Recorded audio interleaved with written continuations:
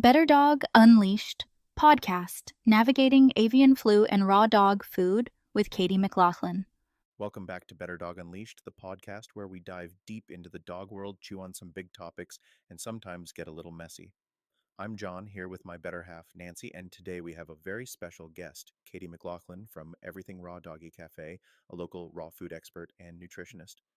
Katy, welcome to the show. Thanks for having me. Super excited to chat with you both today. We've been getting a ton of questions lately about avian flu and raw food safety, so we knew we had to bring in someone who knows their stuff. Katy, let's start with the big one. What should dog owners know about storing and handling raw food safely, especially with concerns about bird flu? Absolutely. The biggest thing is ensuring your raw food is coming from a reputable source, somewhere with strict inspection standards.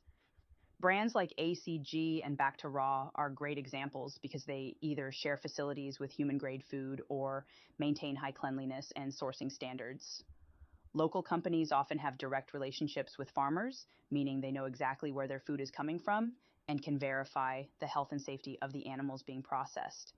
So, does that mean people should be avoiding raw food right now because of bird flu, or is that more of a panic reaction? That's the $1 million question. Right now, we don't have enough definitive research to say whether the high heat processing in kibble fully neutralizes the virus, which is concerning.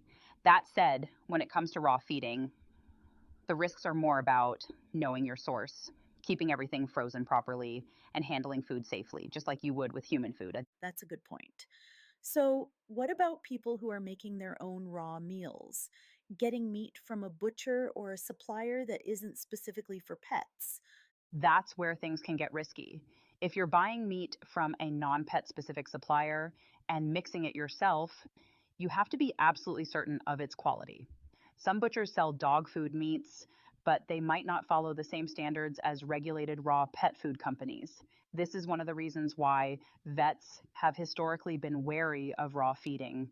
There's no universal oversight, and some homemade diets aren't balanced or handled safely. That makes sense. Okay, so let's get into some misconceptions. What do you think people are getting wrong about raw food and avian flu? A big one is assuming all raw food is equally risky. In Canada, if a farm tests positive for avian flu, those animals are immediately pulled from production, meaning they don't end up in the food chain. Our regulations are stricter than those in the US, which helps a lot. Another misconception is that kibble is automatically safer. But we've already seen cases of bird flu making it into kibble products despite the high heat processing. The reality is the situation is still unfolding and we just don't have all the answers yet. So, for someone who's worried but still wants to feed raw, what's the best course of action? If you're concerned, switch up proteins. Avian flu is primarily a poultry issue, so you could go with lamb, rabbit, or fish based raw food. Yes, some of these proteins are pricier, but they offer peace of mind if you're extra cautious. Another option is lightly cooking the raw food, but only if the product allows for it. ACG, for example, has a finely ground bone structure that makes it safe to cook. Generally, though, we advise against cooking raw because cooked bones can become brittle and dangerous. That's solid advice. Now, for someone new to raw feeding, where should they go for reliable information? Talk to your local pet nutrition experts, places like Everything Raw Doggie Café, specialty pet stores, or directly with the brands you're considering. Avoid relying solely on big box pet stores because their staff often can't recommend one product over another. If a company is legit, they'll be open to answering your questions about sourcing, safety, and testing. Also, be mindful of misinformation.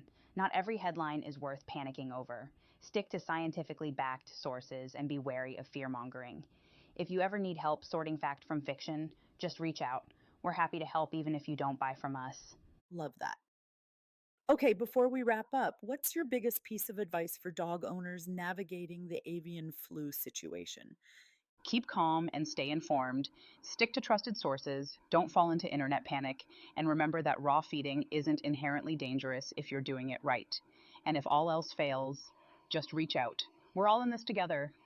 Wise words. Katy, thanks so much for coming on the show and sharing your expertise. We know our listeners will appreciate this insight. Thanks for having me. Always happy to chat about keeping our pups healthy and happy. And to our listeners, If you have more questions about raw feeding, avian flu, or anything else dog related, drop us a message. Be sure to follow Better Dog Unleashed for more expert interviews, training tips, and real talk about the dog world.